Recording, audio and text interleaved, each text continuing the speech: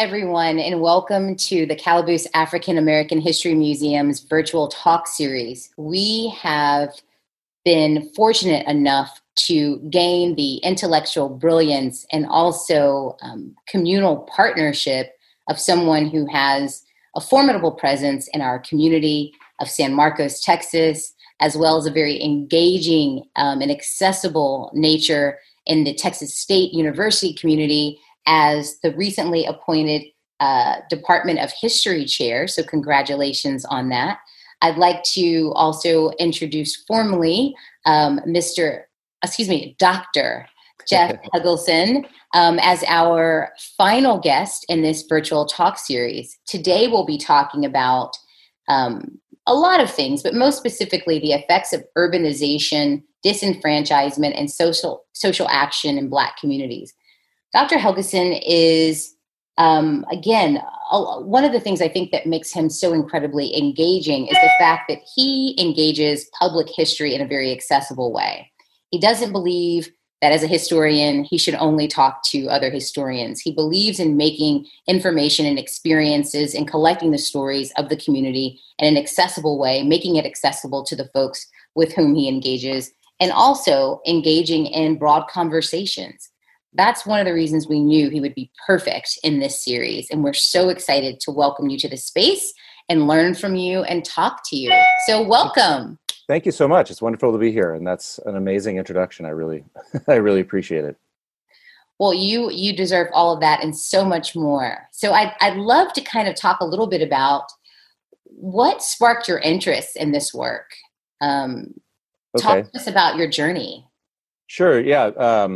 So I actually grew up in Minneapolis and New York City, or just outside of New York City on Long Island, about 3 miles outside of Queens. And my mom was actually a community organizer from about 1976 until she retired just a couple of years ago.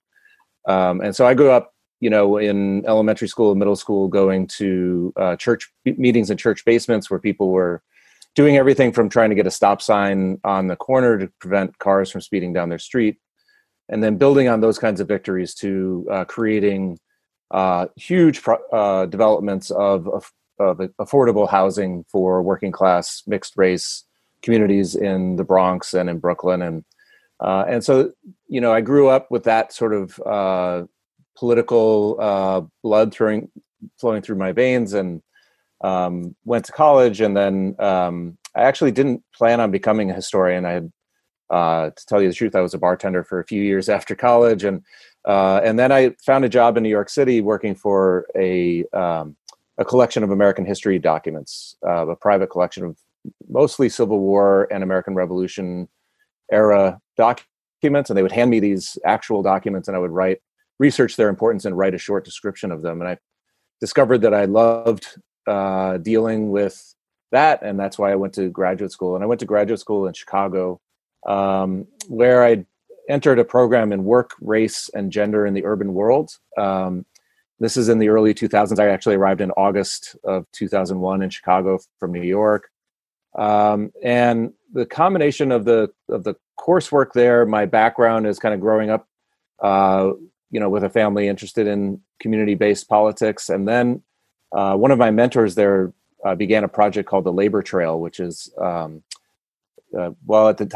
at the time we didn't know what it was going to be, but I ended up being one of the administrators of this multi-year public history project in which we created a map of the labor and working class history of Chicago. And here we're talking about the really diverse set of communities that make up working class Chicago. So African American, Caribbean, all kinds of European backgrounds, Hmong, right? I mean, just Cambodian, right? So, and this is now it's also an online interactive map, and I give bus tours. I've been giving bus tours of Chicago's working class history since 2003. And, for high school students, high school teachers, academics, union members, church groups, right? And so I bring people into the neighborhoods of Chicago and try to bring alive the kind of history that you're walking through as you're moving through those streets. And it was while reading the academic history of, now, I was interested again in race, gender, class, urban politics, ethnicity. And I was also doing this kind of nitty gritty, really micro level history for the labor trail map. And out of those two things, I realized that you can tell huge historical narratives by focusing in on what people call ordinary people's lives, right? And they're actually, when somebody's fighting for access to a union in the packing houses, or when somebody is trying to make their church more accessible to the kind of working people that they are, right? Or any kind of really these battles that are going on every day. And often we don't really even think about them as battles, right? We just kind of think about them as our personal struggle. But all of these things add up to what urban history is, right? And so I wrote a book, my first book, Crucibles of Black Empowerment, is about the history of neighborhood-based politics in Chicago from the 1930s to the election of Chicago's first African-American mayor, Harold Washington, in 1983. And so I was thinking about all this kind of micro-level history and trying to figure out how to tell a story that could translate the importance of that to people. And I'm reading all of this work about what's called the Second Great Migration of African Americans to the North, right? And a lot of that work is focused on what's called the making of the second ghetto. There's a really important book by Arnold Hirsch, or the urban crisis, right, of the 60s, 70s, where that comes from, right? Tom Segru's book, The Origins of the Urban Crisis. So they see the migration as this sort of tragic history of coming, seeking the land of hope and finding a place of exclusion. And that's a very important narrative. It's really about the drawing of new boundaries around opportunity, new exclusions, right? Then the other stories people were telling were the most sort of heroic stories of the most radical unions, the most radical civil rights organizations, the Black Power movements, right? And those are also fundamentally important stories. What was missing was how that all of that roiling of politics filtered into and came out of everyday people's lives, right?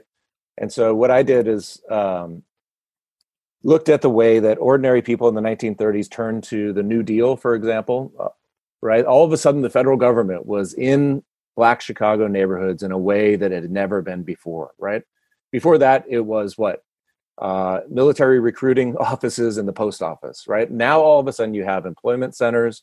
You have places where Black radical artists are writing the history of Illinois and writing their own poetry funded by the federal government. You have civil rights people who are involved in early civil rights activity and labor activity, having the protection of the federal government to be able to form unions. You have the ability to be able to work with the federal government to fight for the first public housing for African Americans. You have the ability to work with and against the federal government to open up jobs during World War II, right? And so it's really this relationship between a growing federal government and people who were already pushing for opportunity on the ground during the Great Depression and during World War II, right? And the way that created the roots of what would become the post-war civil rights movement is a really important part of it, right? That doesn't just emerge out of nowhere. And so then I follow people through World War II into the post-war period, the big battles over access to housing, the big battles over urban renewal, what people at the time called Negro removal rather than urban renewal, right? Because the bulldozer comes down and clears out neighborhoods for public housing. They don't build enough public housing for people to be able to stay in their neighborhoods, so they're actually removed from those neighborhoods. And then trace the beginning, the creation of a movement for independent Black political power in Chicago. One of the things that's interesting about Chicago is that there's a Black Republican machine, right, because of the party of Lincoln, that dates back to the first Great Migration, the World War I era migration. That Republican strand of Black politics in Chicago is very strong going even into the 1950s and 1960s and even into the 1970s. It's an interesting in part because there was this sort of machine, right? There's places to get votes and places to give out jobs and all this stuff, right? But beginning with the New Deal, really the power center shifts to the Democratic Party. But the people who get power within that Democratic Party are machine politicians. And the machine turns out black votes, but gives very little concrete in return.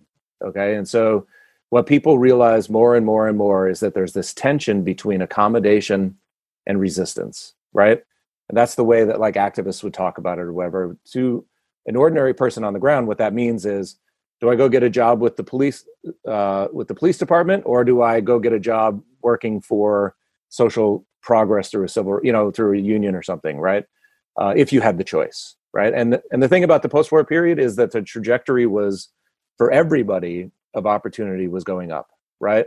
Average wages were going up, unemployment was down, education levels were going up for everybody. Now, you have to hold that reality in your mind at the same time that you hold in your mind the reality that the racial disparities always remained.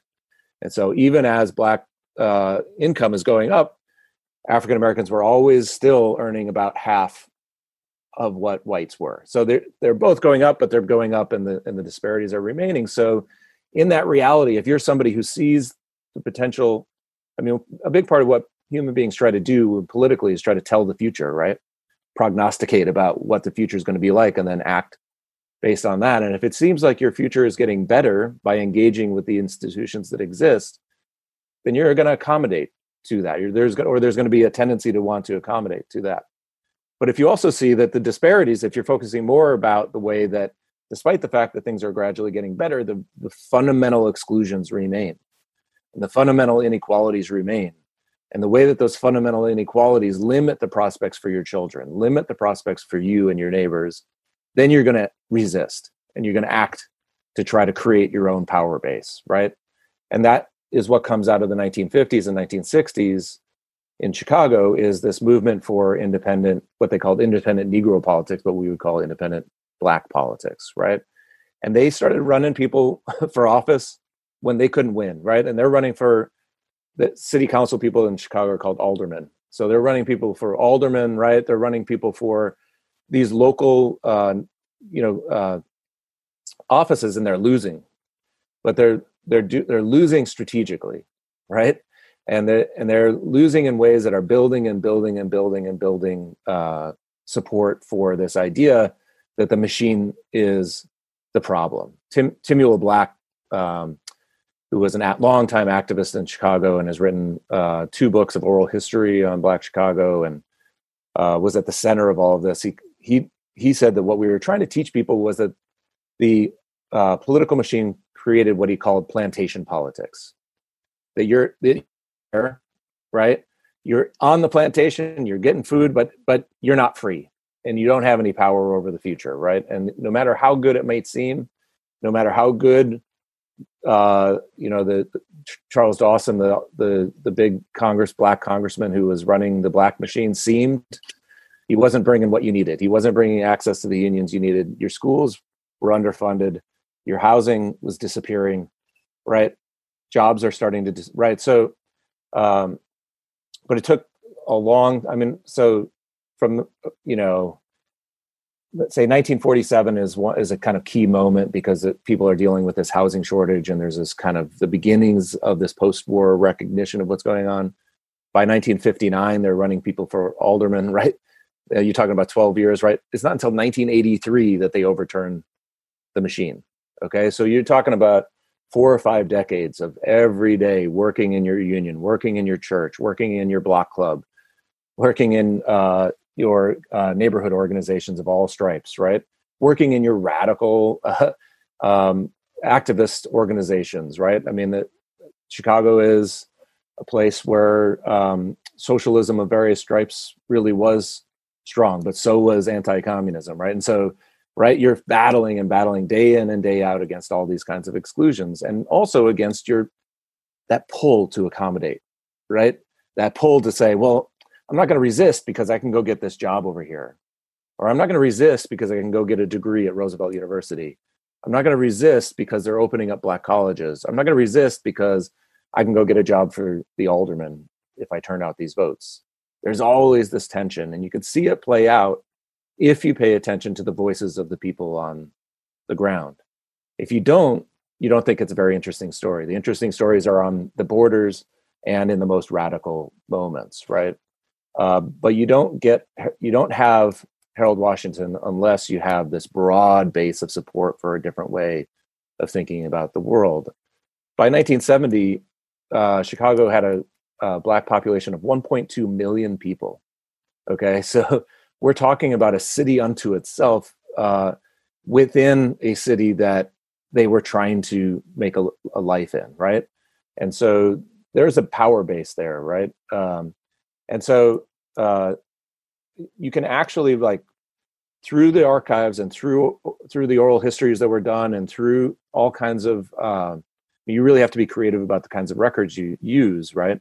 But you can actually trace the conversations and the through line there to Harold Washington's election in 1983, which was really one of the kind of heroic moments of urban history in the 20th century. I mean, Harold Washington was a true small D Democrat. Although, I mean, he believed in the voice of democracy, right? Although, interestingly enough, he comes out of the political machine. Okay, so he's ultimately a heretic against the political machine, but he had to have a power base to get there, right? So this is kind of, why I was interested in it, is that I had like this background, and then once I started reading these records, I was like, okay, there's an endpoint here. You have the Harold Washington story, right, that everybody kind of has some familiarity with, at least, right?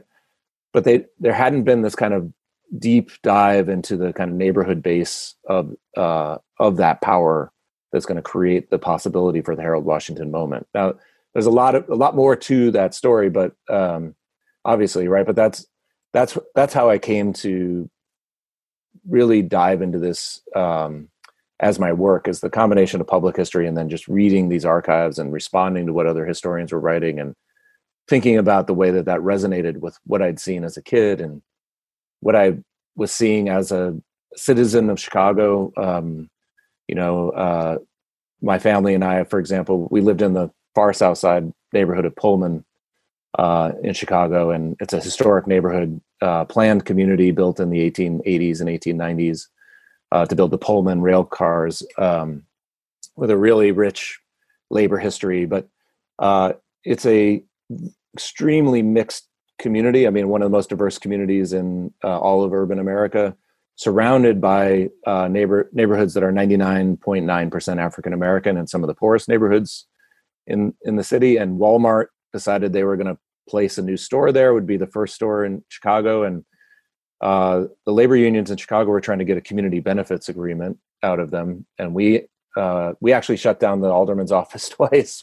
My wife, who was 9 months pregnant, and our 3-year-old daughter, and our neighbors, right, went to the alderman's office, and they shut it down instead of talking to us, right? Because we were trying to get them to support this community benefits agreement, right? And so it's funny, when you're in Chicago, you walk out your door, you can go get involved in organizing, right? Like, there's just so much going on. And so that's the really long story of how I ended up getting into this. But it really does require some, kind of understanding the relationship between my own personal political activity, my background, and interest in public history and interest in academic history. So I'm gonna stop that part of it now. So, but that was perfect. And again, you were able to really provide some context for that. You brought up so many important points, and I'd like to ask you to reflect upon ways that you can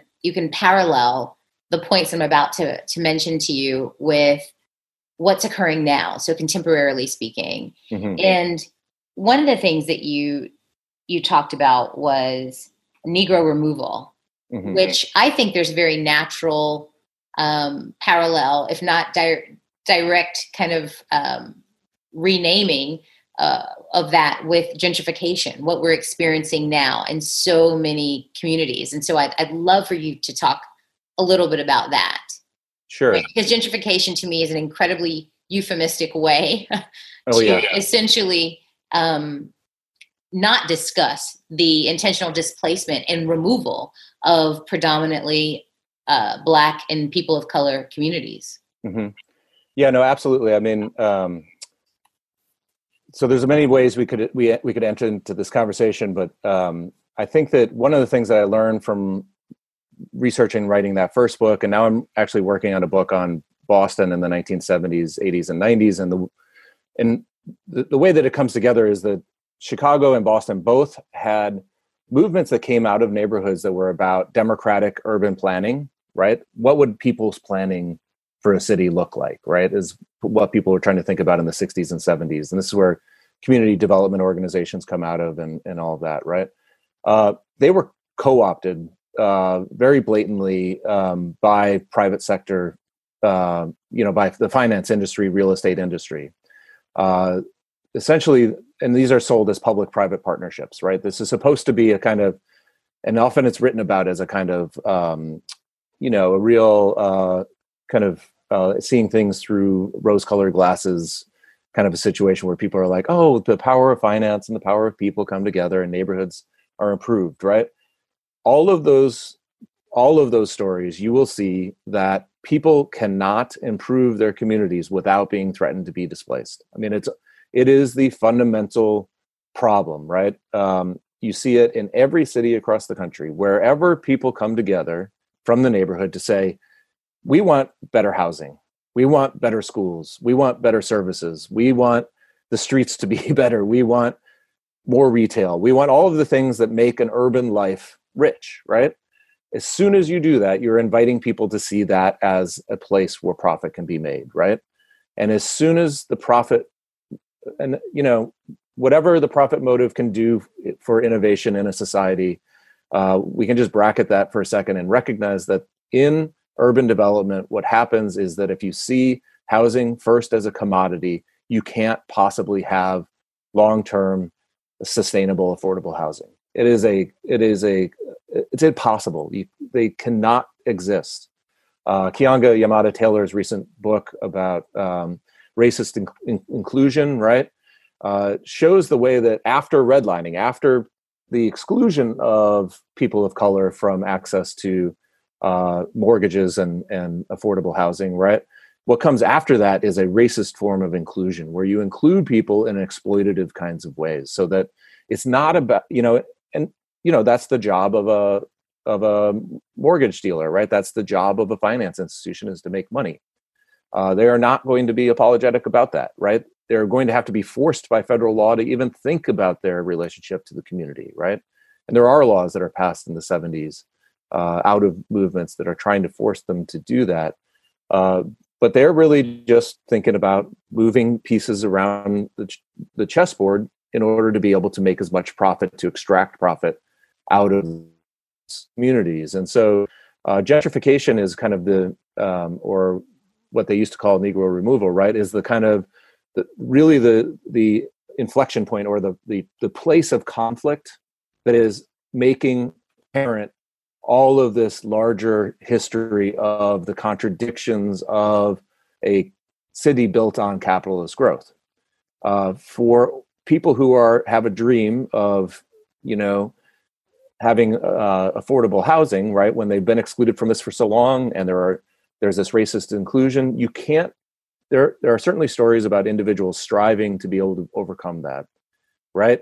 Getting the education, fighting for the education, fighting for the job, getting the job, fighting to hold on to the job, fighting to deal with all the racism at the job, right?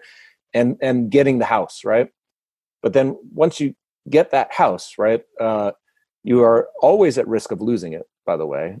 What we found from the 2007-2008 housing crisis is that the wealth that Black Americans had built through all of that hard work to get those houses had basically disappeared. It was destroyed, right? And so to hold on to that kind of individualistic notion of progress is looking in the face of history and denying its reality. It just is, right? And so what you see happening in Austin right now, right? What I think you see happening to a degree in San Marcos, it's going to, if I can just say, right, the course of events shows me that there are neighborhoods right now that are working class neighborhoods in San Marcos that are going to be threatened by gentrification, where you're going to see people start to tear down these, modest size houses that are on land close to the highway and close to the river, right? Tear those down and build something, you see it all over Austin, right? These little cottages that then are turned into $1.1 million houses or whatever, right? So, and this is if the economy still continues to grow here. That's an if, given the situation that we're in, right? We're in a real crisis moment, and the whole narrative of San Marcos as the fastest growing small city in the country is been based upon a business model that is organized around being a kind of satellite suburb for these major growing urban centers and the university, right? And whatever Amazon, whatever else they can attract for these $15 an hour jobs, which are important jobs, right? But not necessarily the path to the place of justice and democracy that we're looking for, right? But that model is at threat right now. I mean, it's really under threat. We don't know that this model of growth is the growth of Austin, the growth of San Antonio, the growth of San Marcos are not written into stone by God, right? And this crisis, the combination of an economic crisis, an underlying crisis of commercial real estate finance that nobody's really paying attention to, and the crisis of higher education, the fact that public higher education has been pushed into an austerity mode for decades now, especially in places like Texas, but not just here, right? Without a real change in the way that we think about how we fund public education at the pre-K through 12 and the higher education level, without really rethinking the ways that we think about access to good jobs, service jobs as good jobs, without really rethinking the way that we get access to healthcare, right? All of these things are so intimately tied together that in order to be able to keep that kind of growth going, you're going to have to think about a kind of different model of growth, I think. A growth that isn't just about individual opportunity, but is about taking care of the common good, right? Now, that would also work against the gentrification thing, right? The alternative, I think, is that you will have a continuation of very unequal growth, in which more, you do have the total amount of economic wealth in San Marcos and the region increasing, but it will be pooled at the top, right? It will be, and that's going to lead to people extracting profit from poor communities and displacing poor communities for valuable real estate. Thank you so much for hitting the nail on the head with that and making it so clear, and also helping listeners and myself as well to really be able to link together history with the present, right? It's eerily familiar what we're seeing, with specific respect to what you've already articulated. Mm-hmm. And with that, I would like to draw another parallel.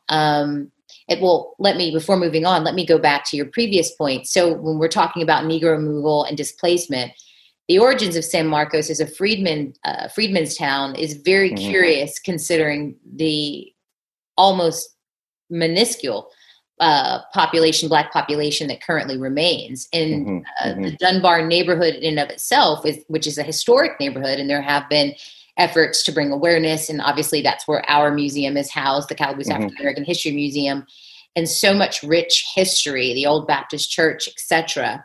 I think there tends to be a lack of confronting this removal, if you will. It's happening so insidiously that I think it almost seems as if it's happening through attrition. And it's not, actually, I think, which is one of the points that you were bringing forth. Mm-hmm. Am I correct in making that connection? No, I think that's absolutely right. I mean, things don't happen by accident, right? In history, you can always find the agent, right? And they may not be having their intentional effect on the world, but there are actors in history, right? I always tell my students, if you're going to write about history, you have to put actors in your sentences, because people do things in order to make history. And And so you're talking about a history of erasure and displacement that is happening because there is now, there may or may not be some people out there who are like, let's get these people out of here in a kind of really like directly racist way. Mm-hmm. They may exist. I don't know those people, thank God. But right. But I think more along the lines is that there's this model of what San Marcos is going to be that necessarily displaces people, right? And one of the things that I think is great about the Calaboose Museum, about these kinds of conversations, and about paying attention to the history of what's being erased and the voices of the people being erased, is that gives you the opportunity to have conversations about a different way of thinking about what San Marcos could be, right? So, they always say, right, it's the people who are experiencing the strongest effects of exclusion, exploitation, or oppression who have the most power to transform the way people see the present. And I think that in a very important way, what the Calaboose does is remain a kind of like a conversation, a touchstone that people can come back to and inform themselves, educate each other, right?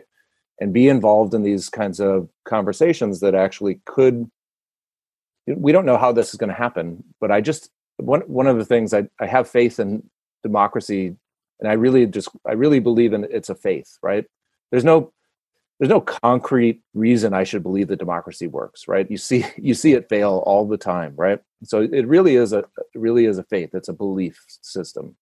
But I do believe that this kind of conversation is part of a process by which we save ourselves, by which we create the possibility in the right moment, in the right historical context, for us to be able to really think about the world in a more democratic system, or more democratic frame, by which I mean that everybody alive is trying to improve their lives, right? All human beings are born trying to make their happiness increase, right?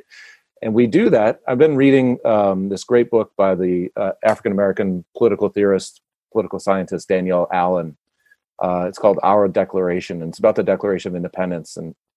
And so, she actually makes these arguments in the clearest. I mean, I cannot recommend that book more highly. She is so clear in the way that she describes how these really rich conversations that were going on in pre-revolutionary British colonies in North America create the possibility to say the king is a tyrant and we are now independent, right? But that didn't come from Thomas Jefferson's brain. It actually came from all these people all over the colonies having conversations about what they were experiencing, right? And over the course of that, that was actually informed, right, by conversations of and with slaves and free Black people and Native Americans, right? And Catholics who were being excluded, right? So it's a really complex set of conversations that lead to focusing on the king as the source of people's problems, which empowers some people to liberate themselves while also oppressing others. But she makes the point that we can all claim the Declaration and that democratic process as our own, and that we can learn how to have the conversations that make that kind of change possible. And I really, truly believe that was what was happening inside the Packing House Union in Chicago in the 1940s.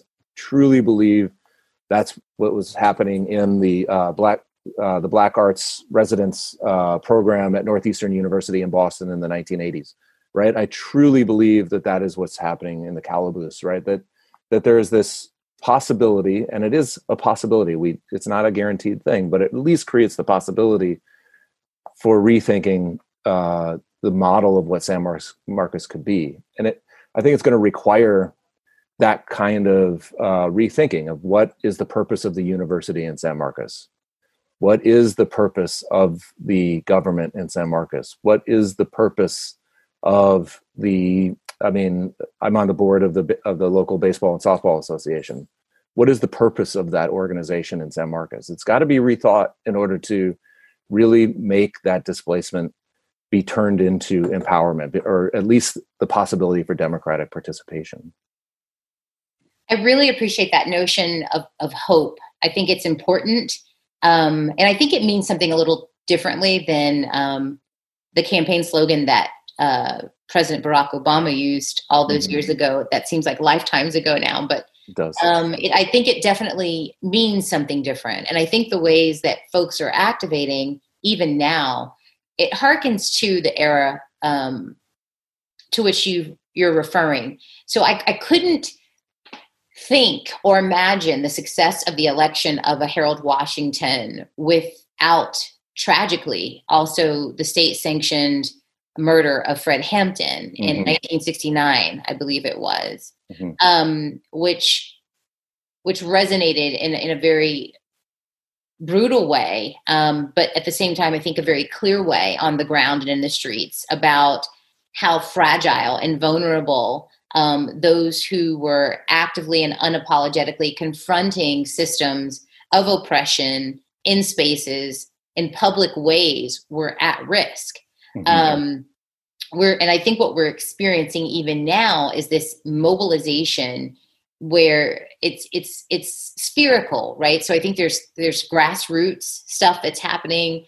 There's organizing that's happening, even, dare I say, even seemingly anyway, even in businesses. And there's hope that this will somehow produce reform. And part of that reform is the controversial defunding of police. And I say controversial in air quotes, because I also think a lot of folks just really don't know what that means. They don't understand what that means, which is really what you've kind of predicated your argument on, around funneling not only the sentiment of hope into communities for prosperity and opportunity, but also being very intentional about creating pathways and access so that folks could obtain opportunity beyond just what you call plantation politics, which I really appreciate that. I say that all the time. And what I colloquially call 3 hots and a cot mentality, which is that you are unconsciously and sometimes consciously, folks are consciously or consciously pacified with just surviving. Just having the breadcrumbs is enough. Because though you're not full, you're not as hungry, you're not starving, right? So, and I think we're moving to an expectation from our government, from our cities, from politicians in power, that no, we deserve to thrive. The pooling of money at the top is no longer enough. So what I'd like for you to talk about, if you wouldn't mind, a little bit more is machine politicians. And should we, and I'm not trying to make this a political conversation, so I hope I'm not putting you on the spot, but with the context of history. So when you think about machine politicians, there is a great fear that I think communities of color and Black folk in particular have, that a lot of young folks are not going to go to the polls perhaps in November because they don't believe in the authenticity of a politician or a political party that will really focus on emancipation and liberatory action. So is it possible to believe in, or even dare to hope, that a machine politician, if you will, could be the heretical Harold Washington of Chicago? I mean, with what we have offered now. Well, I mean, I think that I wouldn't pin all of my hopes on Joe Biden, but I will say that Joe Biden is the product now of a moment that he was never a product of before. In other words, so you're pointing to the power of so many people from so many different walks of life saying that this is not acceptable anymore, right? Which is what it means when people are in the streets for an extended period of time, right? They're just like, first of all, they don't feel like they have another way to be able to get their voice heard, and secondly, they need to have their voice heard, right? And that has already had amazing effects on what we're seeing, right? I mean, Biden just put out his proposal for funding elderly care and child care, right, at these huge rates, which he says would create 3 million jobs. Whatever the reality of those predictions, I will tell you that if you fund those kinds of care work, if you fund that kind of care work, it will. I mean, everything that I know about the way that the New Deals and the New Deal era's funding of housing and funding of social services, there are problems there, but they do empower people to work in those places, and they empower people to have conversations about how they could be better. If you cut those off, then people are going to not be able to have those jobs, first of all, but they're also not going to have a conversation about how to make it better. It's just, how do we get something, right?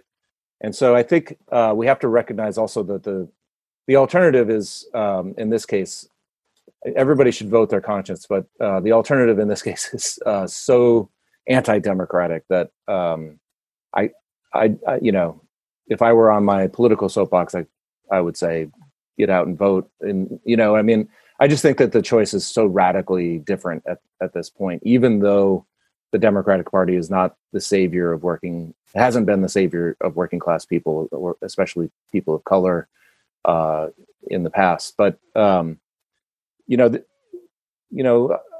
some ways I got a hard time from some of my fellow academics when I wrote about the relationship between Black Chicago and the state, right? The government more broadly, because they're like, that's a dead end road. But in fact, if you pay attention to the way that the federal government was required to have those unions, right?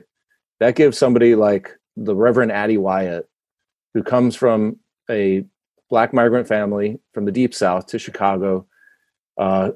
She was taking care of her brothers and sisters by the time she was like 13, right? By the time she was 18, she was married and her husband was going off to war, right? She was on the verge of really not being able to make the life she wanted to make. And what allowed her to make the life she wanted to make was not only her hard work and just sheer intelligence, right? But also she was Times Woman of the Year in the 1970s, the most powerful woman in the labor movement in the United States by the 1970s. There's no reason to know that she was going to be able to do that. She did that because of the federal support for labor unions, federal support for public housing that she worked in, and then the way that she leveraged that for her own ends. And her own ends then were to create a church with her husband, to create a women's caucus within this union, a radical women's caucus within this union, right? I mean, you see what I'm saying? So no, Biden isn't the savior, but leveraging Biden for one's own purposes is what the whole thing is, right? And the alternative, right, is that the kind of violence that you're talking about, which really does make democracy harder. The assassination of Fred Hampton and Mark Clark, right? That what that does is not only to bewilder the most radical activists, because you're suddenly under the threat of violence, right? Right now I'm writing about this artist Dana Chandler in Boston, who comes out of that same time, and his art studio in the late 1960s, early 1970s was destroyed multiple times by the police, looted by the people, right? Who were just so desperate, right? But the police destroyed his place multiple times. He was, one of his mentors said, if you're going to be involved in this kind of politics, you got to be ready to potentially give up your life. And so he said, well, instead, what I'm going to do is go be a community artist and try to teach, right? And he said, you have to make these choices. And I do think he's one of the most overtly radical Black power artists that you could find in the 20th century. And he's making his point backlash from people, but he had to make these calculations about how to stay safe while fighting back. And I think that one of the ways that he manages to do that is to force allies to help protect him, allies in the university system, allies in the government, who are not necessarily always reliable, trustworthy, or even always on his side, but they gave him the space to be able to leverage that to his own ends. And so I do think that those institutions, as imperfect and deeply flawed as they are, can be leveraged. Now, how to leverage that to end police violence, to end police brutality, to unravel the carceral state. You mentioned the earlier, when we were talking earlier, the tragic passing of John Lewis, Congressman John Lewis. His speech at the March on Washington in 1963 mentioned police violence. The speech he wanted to give, that the organizers of the March on Washington, Martin Luther King and Bayard Rustin and the other organizers, said was too radical and would potentially alienate some of their allies in the Senate who they needed to pass the Civil Rights Act. That said, I am not going to support this Civil Rights Act because it's too little too late. It's not going to protect us from the police brutality that has been haunting us ever since emancipation, right? It's not going to do, and he was really pushing for something more radical. And how you get that voice into the center of powers, right? And I think that some of that is happening, but it's a lot of historians would argue that the battle against police violence has been the constant battle underneath all other Black freedom struggles. It's just been constantly there, and the hardest one to fight against, and also the one that limits the other movements so much because of the kinds of violence that it perpetrates on people, right? And the kinds of ways that it really foreshortens people's life chances, right? In really insidious and multifarious kinds of ways. So, I think that this presidential election is absolutely critical. It's not going to solve those problems, but it could help to create the institutional levers that people could use to push for what we're talking about as a kind of constructive defunding of the police, investing in care work, investing in life chances, investing in the public good. Thank you so much, Dr. Helgeson. I really appreciate the note on which you've left us. And I love that you said care work. Yeah. I think there's something really powerful, even in the simplicity of that phrase, care work, because I think it helps to remind us of the humanity at the very crux of what we're asking for as human beings, which is just to have arms and access to care. Right. And human dignity in that path. So thank you for that. I certainly would like to extend to you. This has been so enriching. I've been writing furiously. You named so many fantastic resources, and you certainly, in a very short amount of time, hit on some really critical architects of various movements. And I want us to have another conversation at another time. I don't want to commandeer your time today, but I really would like to talk even more at another time, perhaps if you'll allow us to invite you back, about the Great Migration and how so many folks, it's curious, almost all Black folks in the South, almost all Black folks in the North have roots in the South.